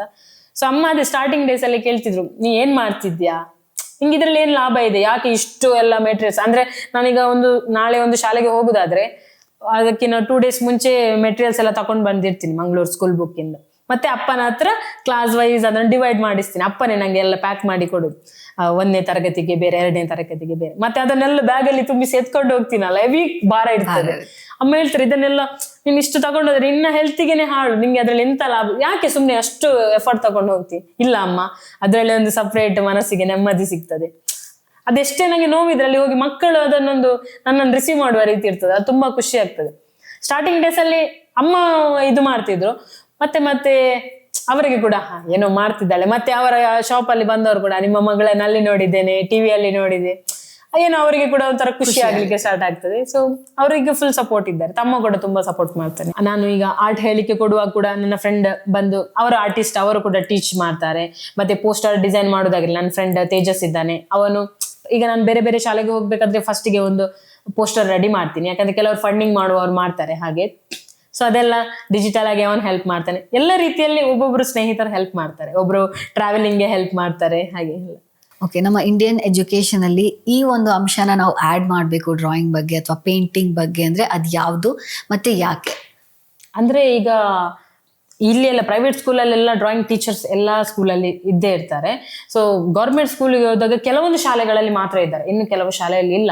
ಸೊ ಡ್ರಾಯಿಂಗ್ ಟೀಚರ್ಸ್ ಇದ್ರೆ ಆ ಶಾಲೆಯಲ್ಲಿ ಮಕ್ಕಳ ಒಂದು ವ್ಯಕ್ತಿತ್ವ ವಿಕಸನಕ್ಕೆ, ಅಂದ್ರೆ ಪಾಠ ಅಂದ್ರೆ ಅವ್ರ ಎಕ್ಸಾಮ್ಗೋಸ್ಕರ ಓದ್ತಾರೆ, ಅದು ಬಿಟ್ಟು ಬೇರೆಯವರ ತಲೆಯಲ್ಲಿ ಏನು ಓಡುದಿಲ್ಲ. ಸೊ ಚಿತ್ರಕಲೆ ಅಂತ ಬರುವಾಗ ಅವರಲ್ಲಿರುವ ಒಂದು ಕ್ರಿಯೇಟಿವಿಟಿ, ಸೃಜನಶೀಲತೆ ಏನಿರ್ತದೆ ಅದೊಂದು ಬೆಳವಣಿಗೆ ಆಗ್ಲಿಕ್ಕೆ ತುಂಬಾ ಹೆಲ್ಪ್ ಆಗ್ತದೆ. ಸೊ ಗೌರ್ಮೆಂಟ್ ಇಂದ ಹೇಳುದಾದ್ರೆ ಪ್ರತಿಯೊಂದು ಶಾಲೆಯಲ್ಲಿ ಕೂಡ ಒಂದು ಡ್ರಾಯಿಂಗ್ ಟೀಚರ್ಸ್ ಮಾಡಿದ್ರೆ, ಕಂಪ್ಯೂಟರ್ ಟೀಚರ್ ಹೇಗಿರ್ತಾರೆ ಎಲ್ಲ ಶಾಲೆಯಲ್ಲಿ, ಸೊ ಡ್ರಾಯಿಂಗ್ ಟೀಚರ್ ಇದ್ರು ಅಷ್ಟೇ, ತುಂಬಾ ಹೆಲ್ಪ್ ಆಗ್ತದೆ ಮಕ್ಕಳಿಗೆ ಅಂತ. ಓಕೆ, ಈ ಪ್ರಾಜೆಕ್ಟ್ ಬಗ್ಗೆ ಗೊತ್ತಾಯ್ತು, ವನಗಿರಿಯ ರಂಗು ಏನು ಅಂತ. ಈಗ ರಕ್ಷಾ ಅವರು ಹೇಗೆ, ಅವರು ಒಬ್ಬ ಪೇಂಟ್ ಆರ್ಟಿಸ್ಟ್, ಸ್ಕೆಚ್ ಎಲ್ಲ ಮಾಡ್ತಾರೆ. ಸೊ ಯಾವ್ಯಾವ ತರದ ಸಿಗ್ನೇಚರ್ ಸ್ಕೆಚಸ್ ಎಲ್ಲ ನೀವು ಮಾಡ್ತೀರಾ, ಪೇಂಟಿಂಗ್ ಮಾಡ್ತೀರಾ? ಹೆಚ್ಚಾಗಿ ನಾನು ರೇಖಾಚಿತ್ರ ಮಾಡೋದು ನಂಗೆ ತುಂಬಾ ಇಷ್ಟ. ಮತ್ತೆ ಅದ್ರ ಜೊತೆಗೆ ಸೆಮಿ ಮಾಡರ್ನ್ ಟ್ರೆಡಿಷನಲ್ ಆರ್ಟ್ ಎಲ್ಲ ಮಾಡ್ತೇನೆ. ಹಾಗೆ ವಾಲ್ ಮ್ಯೂರಲ್ಸ್ ಜಾಸ್ತಿ ಮಾಡ್ತೀನಿ. ಓಕೆ, ಪೇಂಟಿಂಗ್ ಎಲ್ಲ ಮಾಡ್ಬೇಕು ಅಂತ ನಿಮಗೆ ಯಾವಾಗ ಅನ್ಸಿದ್ದು? ಇದನ್ನ ಕರಿಯರ್ ಮಾಡ್ಕೊಂಡಿದ್ದು ಯಾವಾಗ? ನಾನು ಸ್ಟಾರ್ಟಿಂಗ್ ಅಂದ್ರೆ ನಾನು ನನ್ನ ಪ್ರೈಮರಿಯಲ್ಲೆಲ್ಲ ಸಣ್ಣ ಪುಟ್ಟ ಚಿತ್ರ ಬಿಡಿಸ್ತಿದ್ದೆ. ಅಂದ್ರೆ ತೀರಾ ಅದ್ರ ಮೇಲೆ ಒಲವು ಅಂತ ನಂಗೆ ಇರ್ಲಿಲ್ಲ. ನಾನು ಮತ್ತೆ ಕ್ರಮೇಣ ನಂದು PUC ಆಗಿ ನಾನು ಹಾಸ್ಪಿಟಲ್ ಫೀಲ್ಡ್ ಅಲ್ಲಿ ವರ್ಕ್ ಮಾಡ್ತಿದ್ದೆ. ವರ್ಕ್ ಮಾಡ್ತಾ ಇರುವಾಗ ಅಲ್ಲಿ ಫ್ರೀ ಟೈಮ್ ಇರ್ತಿತ್ತು ನಮ್ಗೆ. ಲೈಕ್ ಮಧ್ಯಾಹ್ನ ಮೇಲೆ ಲಂಚ್ ಬ್ರೇಕ್ ಆದ್ಮೇಲೆ ಡಾಕ್ಟರ್ ಮತ್ತೆ ಸಂಜೆ ಬರ್ತಿದ್ದದ್ದು 4 ಗಂಟೆಗೆ. ಸೊ ಅಲ್ಲಿ ತನಕ ಫ್ರೀ ಟೈಮ್ ಅಲ್ಲಿ ಇರುವಾಗ ಈ A4 ಶೀಟ್ ಅಲ್ಲಿ ಸುಮ್ಮನೆ ಹೂ ಬಿಡಿಸೋದು, ಬೆಟ್ಟ ಬಿಡಿಸೋದು ಮಾಡ್ತಿದ್ದೆ. ಕ್ರಮೇಣ ತೀರಾ ಅದ್ ನಂಗೆ ಒಂಥರ ಅಡಿಕ್ಷನ್ ತರ ಆಗಿ ಹೋಯ್ತು. ಫುಲ್ ನಾನಲ್ಲಿ ಒಂದು 2 years ತನಕ ವರ್ಕ್ ಮಾಡಿದ್ದೇನೆ. ಮಧ್ಯಾಹ್ನದ ಹೊತ್ತು ಫ್ರೀ ಇರ್ತದೆ, ನಿದ್ದೆ ಬರ್ತಿರ್ಲಿಲ್ಲ. ಸೊ ಇದನ್ನ ಮಾಡಿ ನಾನು ಅದ್ರ ತುಂಬಾ ಅಡಿಕ್ಟ್ ಆಗಿ ಮತ್ತೆ ಯೂಟ್ಯೂಬ್ ಅಲ್ಲೆಲ್ಲ ಸರ್ಚ್ ಮಾಡ್ಲಿಕ್ಕೆ ಸ್ಟಾರ್ಟ್ ಮಾಡಿದೆ. ಸ್ವಲ್ಪ ಯಾವ ರೀತಿ ಪೇಂಟಿಂಗ್ ಮಾಡ್ಬೋದು. ಮತ್ತೆ ಫಸ್ಟ್ಗೆ ಹೋಗಿ ಸಣ್ಣ ಕ್ಯಾನ್ವಾಸ್ ಎಲ್ಲ ತಕೊಂಡು ಅದ್ರ ಮೇಲೆ ಟ್ರೈ ಮಾಡಿದೆ. ಮತ್ತೆ ಅದು ನಂಗೆ ಅದ್ರ ಮೇಲೆ ಒಲವು ಜಾಸ್ತಿಯಾಗಿ, ಮತ್ತೆ ಒಬ್ರು ಅಣ್ಣ ನಂಗೆ ಎಜುಕೇಶನ್ಗೆ ತುಂಬಾ ಹೆಲ್ಪ್ ಮಾಡಿದ್ರು, ಮನೋಜ್ ಶೆಟ್ಟಿ ಅಂತ. ಮತ್ತೆ ನಾನು ಆ ಫೀಲ್ಡ್ ಬಿಟ್ಟು ಕಂಪ್ಲೀಟ್ಲಿ ಆರ್ಟ್ ಫೀಲ್ಡಿಗೆ ಕನ್ವರ್ಟ್ ಆಗಿ ಮತ್ತೆ ಇಲ್ಲಿ ಆಳ್ವಾಸ್ ಕಾಲೇಜಲ್ಲಿ, ಮೂಡುಬಿದ್ರೆ ಆಳ್ವಾಸ್ ಕಾಲೇಜಲ್ಲಿ ಎಜುಕೇಶನ್ ಎಲ್ಲ ಕಂಪ್ಲೀಟ್ ಮಾಡಿದ್ದೆ. ಇಲ್ಲಿ ತನಕ ಅದೆಷ್ಟು ಪೇಂಟಿಂಗ್ಸ್ ಮಾಡಿರ್ಬೋದು ನೀವು? ತುಂಬಾ ಮಾಡಿದ್ದೇನೆ, 500-600 ತನಕ ಮಾಡಿದ್ದೇನೆ. 500-600 ತನಕ ಎಲ್ಲ ಮಿಕ್ಸ್ ಮೀಡಿಯಾ ಅದೆಲ್ಲ ಸೇರಿ. ಓಕೆ, ಸೊ ಇದು ನಿಮ್ಗೆ ಮಾನಿಟೈಸ್ ಆಗ್ತಾ ಇದೆ ಪೇಂಟ್ ಮಾಡೋದ್ರಿಂದ. ಯಾರಾದ್ರೂ ಒಬ್ರು ಇವಾಗ ಅಪ್ಕಮಿಂಗ್ ಆರ್ಟಿಸ್ಟ್ ಅವರ ಕರಿಯರ್ನ ಡ್ರಾಯಿಂಗ್ ನ ಎಲ್ಲ ಮಾನಿಟೈಸ್ ಮಾಡ್ಬೇಕಂದ್ರೆ ಅವ್ರು ಹೇಗ್ ಸ್ಟಾರ್ಟ್ ಮಾಡ್ಬೇಕು? ಅಂದ್ರೆ ಈಗ ಯಾವುದೇ ಒಂದು ಫೀಲ್ಡ್ ಆಗಿರ್ಲಿ, ನಮ್ದು ಏನ್ ಹಾಬಿ ಇರ್ತದೆ ಅದನ್ನೇ ನಾವು ವೃತ್ತಿಗೆ ಕನ್ವರ್ಟ್ ಮಾಡ್ಬೇಕು. ಲೈಕ್ ನಮ್ಮ ಬಿಸ್ನೆಸ್ ಆಗಿ ಅಥವಾ ಕೆಲಸ, ನಾವು ಅದನ್ನ ಹಾಬಿ ಅಂತ ಜಸ್ಟ್ ಹಾಬಿಯಾಗಿ ಬಿಟ್ಕೊಂಡು ಹೋದ್ರೆ ಏನ್ ಮಾಡ್ಲಿಕ್ಕೆ ಆಗಲ್ಲ. ಅದು ಆರ್ಟ್ ಆಗಿರ್ಲಿ, ಸಂಗೀತ, ಪ್ರತಿಯೊಂದು ಕೂಡ ನಾವು ನಮ್ಮ ಹವ್ಯಾಸವನ್ನು ವೃತ್ತಿಗೆ ಕನ್ವರ್ಟ್ ಮಾಡಿದಾಗ ಅದರ ಬೆಳವಣಿಗೆ ತನ್ನಂತಾನೆ ಹಾಗೆ ಹೋಗ್ತದೆ. ಆಗ ಅದು ಫಿನಾನ್ಷಿಯಲ್ ಆಗಿರ್ಲಿ, ಪ್ರತಿಯೊಂದು ರೀತಿಯಲ್ಲಿ ಕೂಡ ನಮ್ಗೆ ಅದು ಹೆಲ್ಪ್ ಆಗ್ತದೆ. ಹಾಗೆ ಸೊ ಎಲ್ಲರಿಗೂ ಗೊತ್ತಿರೋ ಪ್ರಕಾರ ಇವಾಗ ಎಲ್ಲಾ ಕಡೆ AI ಹಾವಳಿ ಜಾಸ್ತಿ ಆಗೋಗ್ಬಿಟ್ಟಿದೆ. ಇವನ್ ಪೇಂಟ್ ಮಾಡೋರ್ಗು, ಸ್ಕೆಚ್ ಮಾಡೋರ್ಗು 1-2 ಸೆಕೆಂಡಲ್ಲೇ ಹಿಂಗೆ ಮಾಡ್ಕೊಟ್ಬಿಡತ್ತೆ. ಸೊ ಎಷ್ಟು ಪರಿಣಾಮ ಬೀರ್ತಾ ಇದೆ ಅದು ಪೇಂಟಿಂಗ್ ಮೇಲೆ, ಆರ್ಟಿಸ್ಟ್ಗಳ ಮೇಲೆ? ಆರ್ಟಿಸ್ಟ್ಗಳ ಮೇಲೆ AI ತುಂಬಾ ಪರಿಣಾಮ ಬೀರ್ತದೆ ಅಂತ ಹೇಳ್ಬೋದು. ಯಾಕಂದ್ರೆ ಈಗ ಆರ್ಟಿಸ್ಟ್ ಅಲ್ಲಿ ಕೂಡ ಅದ ವೃತ್ತಿಯನ್ನು ಕಲೀಲಿಕ್ಕೋಸ್ಕರ, ವೃತ್ತಿಯಲ್ಲಿ ಮುಂದೆ ಹೋಗ್ಬೇಕಂತ ಎಜುಕೇಶನ್ ಮಾಡಿ ಹೋಗುವವರು ಇದ್ದಾರೆ. ಇನ್ನು ಕೆಲವರು ಹಾಬಿ ಆರ್ಟಿಸ್ಟ್ ಇದ್ದಾರೆ. ಬಟ್ ಹಾಬಿ ಆರ್ಟಿಸ್ಟ್ ಅವರು ಕೂಡ ಒಳ್ಳೆ ಪೇಂಟ್ ಮಾಡುವವರು ಇದ್ದಾರೆ, ಇಲ್ಲ ಅಂತ ಹೇಳಲ್ಲ. ನಮ್ಮ ಕಲ್ತು ಮಾಡುವುದರಲ್ಲಿ ಕೂಡ ಒಳ್ಳೆ ಮಾಡುವವರಿದ್ದಾರೆ. ಬಟ್ ಕೆಲವೊಮ್ಮೆ ಈಗಿನ ಜನರೇಷನ್ ಹೇಗಾಗಿದೆ ಅಂದ್ರೆ, ಪೇಶನ್ಸ್ ಅನ್ನೋದು ಯಾರ ಹತ್ರ ಇಲ್ಲ, ತಾಳ್ಮೆ ಅನ್ನೋದು. ಒಂದು ವರ್ಕ್ ಅನ್ನು ಬೇಗ 5 ನಿಮಿಷದಲ್ಲಿ 5 ದಿನ ಮಾಡುವ ವರ್ಕ್ ಅನ್ನು 5 ನಿಮಿಷದಲ್ಲಿ AI ಮಾಡಿ ಕೊಡ್ತದೆ. ಹಾಗಿರುವಾಗ ಕೆಲವರು ಲೈಕ್ ಫಿನಾನ್ಷಿಯಲಿ ಥಾಟಿಗೋಸ್ಕರ ಬೇಗ ಅದರಲ್ಲೇ ಮಾಡಿ ಆ ತರ ಎಲ್ಲ ಕೊಡ್ತಾರೆ. ಆಗಿರುವಾಗ ನಮ್ಮ ಕಲೆ ಹಿಂದುಳಿತದೆ. ಈಗ AI ನಮ್ದು ಜನರೇಷನ್ ಫಾರ್ವರ್ಡ್ ಆಗ್ತದೆ, ಅದು ಖುಷಿ ಅನಿಸ್ತದೆ. ಬಟ್ ಈ ತರ ನಾವು ಕಷ್ಟಪಟ್ಟು ವರ್ಕ್ ಮಾಡುವವರಿಗೆ ಅದು ತುಂಬಾ ಎಫೆಕ್ಟ್. ಅದು ಆರ್ಟಿಸ್ಟ್ ಅನ್ನೋರು ಅವರ ಭಾವನೆಗಳನ್ನು ತುಂಬಿರ್ತಾರೆ ಪೇಂಟಿಂಗ್ಸ್ ಗಳಲ್ಲಿ. ಆದ್ರೆ AI ಅಲ್ಲಿ ಅದು ಬರಲ್ಲ. ಅದನ್ನ ಚೇಂಜ್ ಮಾಡ್ಬೇಕು ನಾವು. ಅದನ್ನ ಆಕ್ಚುಲಿ ಜನಕ್ಕೆ ತಲುಪಿಸ್ಬೇಕು. AI ಇದೆಲ್ಲ ಮಾಡ್ಬೇಡಿ, ಆರ್ಟಿಸ್ಟ್ ಗಳು ನಿಜವಾಗ್ಲೂ. ಮುಂಚೆ ಎಲ್ಲ ಈಗ ನಾವು ಭಿತ್ತಿ ಚಿತ್ರ, ಏನು ವಾಲ್ ಮ್ಯೂರಲ್ಸ್ ಹೇಳ್ತೇವೆ, ನಮ್ಗೆ ಕೂಡ ಆರ್ಡರ್ಸ್ ಎಲ್ಲ ತುಂಬಾ ಬರ್ತಿತ್ತು. ಬಟ್ ಈಗ ಹೇಗಾಗಿದೆ ಅಂದ್ರೆ AI ಇಂದ ಪ್ರಿಂಟ್ ತೆಗಿತಾರೆ, ಅದನ್ನೇ ಹಾಕ್ತಾರೆ. ನಿಮ್ ಪ್ರಕಾರ ಏನಾದ್ರೂ ಮಾಡ್ಬೋದಾ ಇದಕ್ಕೆ? ಈಗ ಹೇಗೆ ನಮ್ಮ ಫಾರ್ವರ್ಡ್ ಆದ ಹಾಗೇನೆ ವಿಂಟೇಜ್ಗೆ ಕೂಡ ಜನ ಜಾಸ್ತಿ ಒಲವು ಕೊಡ್ತಿದ್ದಾರೆ, ಒನ್ ಪಾರ್ಟ್ ಆಫ್ ಪಾರಂಪರಿಕ ತನಕ್ಕೆ. ಹಾಗೇನೆ ಇದು ಕೂಡ ಚಿತ್ರಕಲೆ ಅನ್ನೋದು, ನಾವು ಎಷ್ಟೇ ನಮ್ಮ ಲೈಕ್ ಮಾಡರ್ನ್ ಯುಗ ಪಾಸ್ ಆದ್ರೂ ಏನು ರಿಯಲ್ ಆಗಿ ನಾವು ಚಿತ್ರಕಲೆ ಮಾಡ್ತೇವೆ ಅದಕ್ಕೆ ಎಂಡಿಲ್ಲ. ಮತ್ತೆ ನಮ್ಮ ಏನು ಯುಗ ಅಂತ ಹೇಳ್ತೇವೆ ಅದು ಮತ್ತೆ ಅಲ್ಲಿಗೆನೆ ಬಂದು ನಿಲ್ತದೆ. ಹಾಗೆ. ಸೊ ನೀವು ಹೇಳಿದ್ರಿ ವಾಲ್ ಮ್ಯೂರಿಯಲ್ಸ್ ಎಲ್ಲ ಮಾಡ್ತೀನಿ, ಪೇಂಟಿಂಗ್ಸ್ ಎಲ್ಲ ಮಾಡ್ಕೊಡ್ತಾ ಇರ್ತೀನಿ, ಹಾಗೆ ಅದ್ರ ಜೊತೆಗೆ ವನಗಿರಿಯ ರಂಗುವನ್ನು ಕೂಡ ನೀವು ನಡೆಸ್ಕೊಂಡು ಹೋಗ್ತಾ ಇದ್ದೀರಾ. ಸೊ ಇಷ್ಟ್ರ ಮಧ್ಯ ಪರ್ಸನಲ್ ಲೈಫ್ ಜೊತೆ ಹೇಗೆ ಬ್ಯಾಲೆನ್ಸ್ ಮಾಡ್ತಾ ಇದ್ದೀರಾ? ಕೆಲವೊಮ್ಮೆ ನಾನು ಈ ಕಡೆ ನಂಗೆ ಮ್ಯೂರಲ್ಸ್, ವಾಲ್ ಪೇಂಟಿಂಗ್ಸ್ ಅದೆಲ್ಲ ಇರ್ತದೆ, ಬೇರೆ ನಮ್ಮದು ಪರ್ಸನಲ್ ವರ್ಕ್ ಇರ್ತದೆ. ಅದ್ರ ಜೊತೆ ಕೆಲವೊಮ್ಮೆ ಸ್ಕೂಲಿಂದ ಕಾಲ್ ಬರ್ತದೆ, ಇವತ್ತು ನಾವು ಫ್ರೀ ಇದ್ದೇವೆ, ಇದು ಪ್ರೋಗ್ರಾಮ್ ಮಾಡಿ ಅಂತ. ಆಗ ನಂಗೆ ಕಂಟಿನ್ಯೂಸ್ ಕೆಲವೊಮ್ಮೆ 2 ವಾರ 3 ವಾರ ಕೂಡ ರೆಸ್ಟ್ ಇರಲ್ಲ. ವರ್ಕ್ ಮಾಡ್ತೀನಿ, ಜೊತೆಗೆ ಮಿಡ್ಲಲ್ಲಿ ಗ್ಯಾಪ್ ಇದ್ದ ದಿವಸ ಇಲ್ಲಿಗೆ ಕೂಡ ಹೋಗಿ ವರ್ಕ್ ಮಾಡಿ. ಆಗ ನಂಗೆ ಬಾಡಿಗೆ ರೆಸ್ಟೇ ಇರಲ್ಲ, ನಂಗೆ ಕಂಟಿನ್ಯೂಸ್ ವರ್ಕ್ ಮಾಡ್ತಾ ಇರ್ತೀನಿ. ಬಟ್ ನಾನು ಯಾವಾಗ ಫ್ರೀ ಅಂತ ನಂಗೆ ಫೀಲ್ ಆಗ್ತದೆ ಅಂದ್ರೆ ಇನ್ನು ಒಂದು ವಾರ ವರ್ಕ್ ಇರಲ್ಲ, ಫ್ರೀ ಇದ್ದೆ, ಆಗ ನಾನು ಟ್ರಾವೆಲ್ ಮಾಡ್ಲಿಕ್ಕೆ ಸ್ಟಾರ್ಟ್ ಮಾಡ್ತೀನಿ. ಬೇರೆ ಬೇರೆ ಊರು ಹೋಗುದಾಗಿರ್ಲಿ. ನಂಗೆ ಟ್ರಕ್ಕಿಂಗ್ ಅಂದ್ರೆ ತುಂಬಾ ಇಷ್ಟ. ಸೊ ಟ್ರಕ್ಕಿಂಗ್ ಮಾಡೋದಾಗಿ. ಎಲ್ಲೆಲ್ಲ ಹೋಗಿದ್ದೀರಾ ಇಲ್ಲಿ ತನಕ? ರೀಸೆಂಟ್ಲಿ ನಾನು ನಾರ್ತ್ ಕೇದಾರ್ನಾಥ್ ಟ್ರಕ್ಕಿಂಗ್ ಹೋಗಿ ಬಂದೆ. ಅದು ಒಂಥರ ಡಿಫ್ರೆಂಟ್ ಎಕ್ಸ್ಪೀರಿಯನ್ಸ್ ಇತ್ತು. ಅಂದ್ರೆ ಚಳಿಯಲ್ಲಿ ಟ್ರಕ್ ಮಾಡೋದು ತುಂಬಾ ಚಾಲೆಂಜಿಂಗ್ ಇರ್ತದೆ. ಮತ್ತೆ ಇಲ್ಲದಿದ್ರೆ ಈ ಕಡೆ ನಮ್ಮ ಕುಮಾರ ಪರ್ವತ, ನಮ್ಮ ಕರ್ನಾಟಕದಲ್ಲಿ ಆಲ್ಮೋಸ್ಟ್ ಎಲ್ಲ ಕೇದಾರ್ನಾಥ್ ಅಂತ ಹೇಳಿದ್ರ? ಕೇದಾರ್ಖಂಡ್. ಹಾ ಹೌದು, ಅದು ಅಲ್ಲೇ ಉತ್ತರಾಖಂಡ್ ಅಲ್ಲಿ ಬರ್ತದೆ ಕೇದಾರ್ಖಂಡ್. ಓಕೆ. ಹಾಗೆ ಮತ್ತೆ ವಯನಾಡಲ್ಲಿ ಕೂಡ ರೀಸೆಂಟ್ಲಿ 3 ಟ್ರೆಕ್ಕಿಂಗ್ ಮಾಡಿದ್ದೆ. ಸೊ ನಂಗೆ ಅಂದ್ರೆ ನನ್ನ ಎಷ್ಟು ಸ್ಟ್ರೆಸ್ ಇದ್ರು ನಾನು ಟ್ರಾವೆಲ್ ಮಾಡಿದಾಗ ನನಗೆ ಸ್ಟ್ರೆಸ್ ರಿಲೀಫ್ ಆಗ್ತದೆ, ತುಂಬಾ ಖುಷಿ ಆಗ್ತದೆ, ಮತ್ತೆ ಕಲೀಲಿಕ್ಕೆ ಸಿಗ್ತದೆ. ಸೊ ನಾನು ಎಷ್ಟೇ ಬ್ಯುಸಿ ಆಗಿರ್ಲಿ ಏನೇ ಇರಲಿ, ನನ್ನ ಹ್ಯಾಪಿನೆಸ್ಗೆ ನಾನು ಟೈಮ್ ಕೊಡ್ತೇನೆ. ಯಾಕಂದ್ರೆ ನಾನು ಹ್ಯಾಪಿ ಆಗಿದ್ರೆ ಬೇರೆಯವನ್ನ ಹ್ಯಾಪಿ ಆಗಿ ಇಡ್ಲಿಕ್ಕೆ ಸಾಧ್ಯ. ಸೊ ನಂಗೆ ಟ್ರಾವೆಲ್ ಮಾಡ್ಲಿಕ್ಕಿದ್ರೆ ಅಥವಾ ಬೇರೆ ಏನು ನಂಗೆ ಏನ್ ಮಾಡ್ಬೇಕು ಅದನ್ನ ನಾನು ಮಾಡ್ತೀನಿ. ಹಾಗೆ ಸೊ ನಾನು ನಿಮ್ಮ ಇನ್ಸ್ಟಾಗ್ರಾಮ್ ಪೇಜ್ ಕೂಡ ನೋಡ್ತಾ ಇದ್ದೆ, ನಿಮ್ಮ ಕ್ಯಾಪ್ಷನ್ ಎಲ್ಲ ತುಂಬಾ ಅದ್ಭುತವಾಗಿದ್ದಾವೆ. ಕವಯಿತ್ರಿ ಅಂತ ಅನಿಸ್ತಾ ಇತ್ತು. ಕವನ ಎಲ್ಲ ಬರೀತೀರಾ? ಪದ್ಯ ಅದೆಲ್ಲ ಬರೀತೀರಾ? ಹಾ ಬರಿತೀನಿ. ಪದ್ಯಕ್ಕಿಂತ ಜಾಸ್ತಿ ಆಗಿ ನಾನು ನುಡಿ ಲೈಕ್ ಸಂಕಲನ ತರ ಜಾಸ್ತಿ ಬರೀತೀನಿ. ಅಂದ್ರೆ ವಾಸ್ತವಿಕ ಮೇಲೆ, ರಿಯಾಲಿಟಿ ಮೇಲೆ ಸ್ವಲ್ಪ ಬರೆಯೋದು ಜಾಸ್ತಿ. ಯಾವ್ದಾದ್ರು ಒಂದು ಎಕ್ಸಾಂಪಲ್ ಈಗ ನಂಬಿಕೆ ಇರಲಿ ಕಲ್ಲಿನ ದೇವರ ಮೇಲೆ ಅಂತ, ಅದು ನನ್ನ ತುಂಬಾ ಫೇವ್ರೇಟ್ ಲೈನ್. ತುಂಬಾ ಜನ ಕೇಳ್ತಾರೆ ನಂಬಿಕೆ ಇರಲಿ ಕಲ್ಲಿನ ಮೇಲೆ ಅಂದ್ರೆ ಏನು ಅಂತ. ಲೈಕ್ ಕಲ್ಲು ಅಂದ್ರೆ ಒಂದು ಪ್ರಕೃತಿ ತರ, ನಾನು ಪ್ರಕೃತಿಯನ್ನು ತುಂಬಾ ನಂಬ್ತೇನೆ. ಯಾಕಂದ್ರೆ ನಾವು ಹಾಕೊಂಡಿರೋ ಬಟ್ಟೆಯಿಂದ ಪ್ರತಿಯೊಂದು ಕೂಡ ತಿನ್ನುವ ಆಹಾರದ ಎಲ್ಲ ನಮ್ಗೆ ಪ್ರಕೃತಿಯಿಂದಲೇ ಪ್ರಕೃತಿಯೇ ಕೊಡುದಲ್ವಾ. ಸೊ ಅದ್ರ ಮೇಲೆ ಟ್ರಸ್ಟ್ ಇದ್ರೆ ನಾವು ಎಲ್ಲಿಂದ ಎಲ್ಲಿ ತನಕ ಕೂಡ ರೀಚ್ ಆಗ್ಬೋದು. ಸೊ ಅದನ್ನ ಸೇವ್ ಮಾಡೋದು ಕೂಡ ಅಷ್ಟೇ ನಮ್ಮ ಕರ್ತವ್ಯ ಅಂತ ನಾನು ಅನ್ಕೊಳ್ತೀನಿ. ನನ್ಗದು ಕಲ್ಲಿನ ಮೇಲೆ ನಂಬಿಕೆ ಇರಬೇಕು ತಕ್ಷಣ ಒಂದು ನೆನಪಾಯ್ತು. ಬಸವಣ್ಣನವರ ಫಾಲೋವರ್ ಸಿದ್ದರಾಮೇಶ್ವರ ಅಂತ ಒಬ್ರು ಇದ್ದಾರೆ, ಅವ್ರು ವಚನ ಬರೆದಿದ್ದಾರೆ. ಕಟ್ಟೆದಂತ ಕಲ್ಲು ಲಿಂಗವೆನಿಸಿತು, ಕಟ್ಟೆಯದ ಕಲ್ಲು ಕಲ್ಲೆನಿಸಿತು, ಪೂಜಿಸಿದ ಮಾನವ ಭಕ್ತನೆನಿಸಿದ, ಪೂಜಿಸದ ಮಾನವ ಮಾನವನೆನಿಸಿದ ಅಂತ ಅದ್ಭುತವಾಗಿ ಲೈನ್ಸ್ಗಳನ್ನ ಬರೆದಿದ್ದಾರೆ. ಅದು ನೆನಪಾಯ್ತು ಆಕ್ಚುಲಿ. ಆ ಕಲ್ಲು ಚೆನ್ನಾಗಿ ಹೊಡೆಸ್ಕೊಂಡ್ಮೇಲೆನೆ ಒಂದು ಆಕಾರ ಬರೋದು, ಆವಾಗ್ಲೇ ಏನಾದ್ರು ಸಾಧನೆ ಮಾಡೋಕ್ಕಾಗೋದು. ಸೊ ಅದು ಹೇಳ್ತಾ ಇದ್ರಿ, ಮೊದ್ಲಿಗಿದ್ದಿದ್ ರಕ್ಷಣೆ ಬೇರೆ, ಆಮೇಲೆ ಆಗಿದ್ದ ರಕ್ಷಣೆ ಬೇರೆ. ಅದೇನ್ ಡಿಫ್ರೆನ್ಸ್ ಕಾಣಿಸ್ತು? ಅಂದ್ರೆ ಮುಂಚೆ ಹೇಗಿದ್ದೆ ಅಂದ್ರೆ ನಾನೊಂದು 7 years ಬ್ಯಾಕ್ ಕೆಲ್ಸಕ್ಕೆ ಹೋಗುದು ವಾಪಸ್ ಬರುದು, ರೋಬೋಟಿಕ್ ಅಷ್ಟೇ ಇತ್ತು. ಅದು ಬಿಟ್ಟು ಬೇರೆ ಪ್ರಪಂಚ ಗೊತ್ತಿರ್ಲಿಲ್ಲ. ಅಂದ್ರೆ ಮತ್ತೆ ಆರ್ಟ್ ಫೀಲ್ಡ್ಗೆ ಬಂದ ಮೇಲೆ ಟ್ರಾವೆಲ್ ಮಾಡ್ಲಿಕ್ಕೆ ಸ್ಟಾರ್ಟ್ ಮಾಡಿದೆ. ಟ್ರಾವೆಲ್ ಮಾಡ್ಲಿಕ್ಕೆ ಹೋದಾಗ ಅಂದ್ರೆ ನಮ್ಮ ಊರನ್ನು ನಾವು ಬಿಟ್ಟು ಹೊರಗಡೆ ಹೋದಾಗ ಬೇರೆ ಬೇರೆ ಕಲ್ಚರ್ ನೋಡ್ತೀವಿ, ಹೊಸ ಜನಗಳನ್ನ ನೋಡ್ತೀವಿ, ಅಲ್ಲಿಯ ವಿಚಾರ, ದೇಶ ಸುತ್ತಿ ನೋಡು, ಕೋಶ ಓದಿ ನೋಡು. ಮತ್ತೆ ಬುಕ್ಸ್, ಮೇನ್ಲಿ ಆರ್ಟ್ ಗಿಂತ ಕೂಡ ಆರ್ಟ್ ಫೀಲ್ಡ್ಗೆ ನಾನು ಮತ್ತೆ ಬಂದಿದ್ದು. ಬುಕ್ಸ್ ಒಳ್ಳೆ ಸ್ನೇಹಿತ ಅಂತ ಹೇಳ್ಬೋದು. ಯಾಕಂದ್ರೆ ಯಾವ ತರ ಜಾನರ್ ಇಷ್ಟ ಆಗುತ್ತೆ ನಿಮ್ಗೆ? ನಂಗೆ ಸ್ವಲ್ಪ ನಾನು ಕಾಡಿನ ರಿಲೇಟೆಡ್ ಜಾಸ್ತಿ. ತೇಜಸ್ವಿ ಅವರದ್ದು, ಶಿವರಾಮ್ ಕಾರಂತ ಅವರದ್ದೆಲ್ಲ ಬುಕ್ಸ್ ನಂಗೆ ತುಂಬಾ ಇಷ್ಟ. ಮತ್ತೆ ರವಿ ಬೆಳಗೆರೆ ಸರಿದ್ದು ಕೂಡ ಕೆಲವೊಂದು ಮಿಸ್ಟ್ರಿ ಎಲ್ಲ ಬುಕ್ಸ್ ತುಂಬಾ ಇಷ್ಟ ನಂಗೆ. ಚೋಮನದಿಡೆ ಅನ್ನುವ ಒಂದು ಬುಕ್ ನಂಗೆ ತುಂಬಾ ಇಷ್ಟ, ಶಿವರಾಮ್ ಕಾರಂತ ಅವರದ್ದು. ಮತ್ತೆ ತೇಜಸ್ವಿ ಅವರದ್ದು ಕೂಡ ಪ್ರಕೃತಿ ರಿಲೇಟೆಡ್, ವಿಸ್ಮಯ, ಪಕ್ಷಿ ಪ್ರಪಂಚ ಅದೆಲ್ಲ ಬುಕ್ಸ್ ಓದ್ತಾರೆ. ನಂಗೂ ತೇಜಸ್ವಿ ಅವರ ಕರ್ವಾಲೋ ತುಂಬಾ ಇಷ್ಟ ಆಗ್ತಾರೆ. ಅದರಲ್ಲಿ ಮಂದಣ್ಣ ಅನ್ನೋ ಕ್ಯಾರೆಕ್ಟರ್ ತುಂಬಾ ಇಷ್ಟ ಆಗುತ್ತೆ. ತೇಜಸ್ವಿ ಅವರ ಎಲ್ಲ ಪುಸ್ತಕ ತುಂಬಾ ಒಳ್ಳೇದಿರ್ತದೆ. ಇವನ್ ಅವರದ್ದು ಮೂಡಿಗೆರೆಯಲ್ಲಿ ಪ್ರತಿಷ್ಠಾನ ಕೂಡ ಇದೆ. ಅಲ್ಲಿ ಹೋಗಿ ನಾವು ಅಲ್ಲಿ ಕೂಡ ಈ ಹಕ್ಕಿ ಚಿತ್ರಕಥೆ ಅಂತ ಒಂದು ಇದು ಪ್ರೋಗ್ರಾಮ್ ಮಾಡಿದ್ವಿ. ತುಂಬಾ ಒಳ್ಳೇದಾಗ್ತದೆ ಅಲ್ಲಿ. ಸೊ ಇವಾಗ ನಮ್ಮ ಅಜ್ಜ ಅಜ್ಜಿ ಕಾಲದಲ್ಲಿ ಎಷ್ಟು ಚೆನ್ನಾಗಿತ್ತು ಪರಿಸರ, ಇವಾಗ ಅಷ್ಟ್ ಇಲ್ಲ. ಎಷ್ಟೊಂದ್ ಕಡೆ ಎಲ್ಲ ಸ್ಮಾರ್ಟ್ ಸಿಟಿ ಅನ್ನೋ ಒಂದು ವಿಷಯ ಹಿಡ್ಕೊಂಡು ತುಂಬಾನೇ, ಆದ್ರೆ ಸ್ಮಾರ್ಟ್ ಸಿಟಿ ಎಷ್ಟು ಇಫೆಕ್ಟ್ ಆಗ್ತಿದೆ ಅಂತ ಜನಗಳಿಗೆ ಅರ್ಥ ಆಗ್ತಿಲ್ಲ. ಅಂದ್ರೆ ಈಗ ಒಂದು ಫಸ್ಟ್ ಮಳೆ ಬರ್ತದಲ್ಲ, ಆ ಮಳೆಯಲ್ಲೇ ಪ್ರಳಯ ಬಂದ ತರ ಫುಲ್ ಸಿಟಿಯಲ್ಲಿ ಎಲ್ಲ ಕಡೆ ನೀರ್ ಬ್ಲಾಕ್ ಆಗ್ತದೆ. ಆ ಸ್ಮಾರ್ಟ್ ಸಿಟಿಯಿಂದಲೇ ಆಗಿದ್ದು.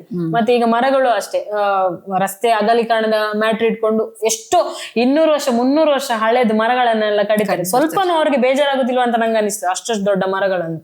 ಅಂದ್ರೆ ಈಗ ಬೇರೆ ವಿದೇಶದಲ್ಲೆಲ್ಲ ಹೇಗಿದ್ರೆ ಆ ಮರವನ್ನು ಕಡಿಯುವುದಿಲ್ಲ ಅವರು, ಒಂದ ಬೇರೆ ಕಡೆಗೆ ಟ್ರಾನ್ಸ್ಫರ್ ಮಾಡ್ತಾರೆ, ಅಥವಾ ಆ ಮರ ಬಿಟ್ಟು ರೋಡ್ ಅನ್ನು ಇದು ಮಾಡ್ತೀವಿ. ಇದು ನಮ್ಗೆ ಸ್ಟ್ರೇಟ್ ಹೈವೇ ಬೇಕು, ನ್ಯಾಷನಲ್ ಹೈವೇ ಬೇಕಂತ ಎಲ್ಲ ಮರಗಳನ್ನು ಕಡಿಯುವುದು.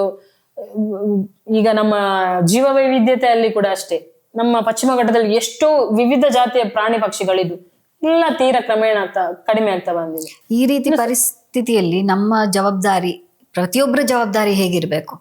ಇವತ್ತಿನ ಮಕ್ಕಳೇ ನಾಳೆಯ ಪ್ರಜೆಗಳು ಅಂತ ಹೇಳ್ತಾರಲ್ವಾ.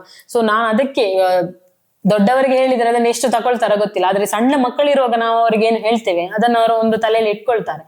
ಸೊ ನಾನು ವನಗಿರಿಯಲ್ಲಿ ಕೂಡ ಹೇಳುದಷ್ಟೇ, ಅವರು ಈಗ ಕಾಡಲ್ಲಿ ಇರುವ ಮಕ್ಕಳು, ಕಾಡು ಅವರು ಕಲ್ತಾದ್ಮೇಲೆ ಅವರು ಹೊರಗೆ ಕೆಲ್ಸಕ್ಕೆ ಹೋಗ್ತಾರೆ, ಏನು ಅವರ ಬದುಕು ಕಟ್ಕೊಳ್ಲಿಕ್ಕೆ. ಬಟ್ ಅವರು ಇದ್ದ ಜಾಗವನ್ನು ಅವ್ರು ಮರಿಬಾರ್ದು.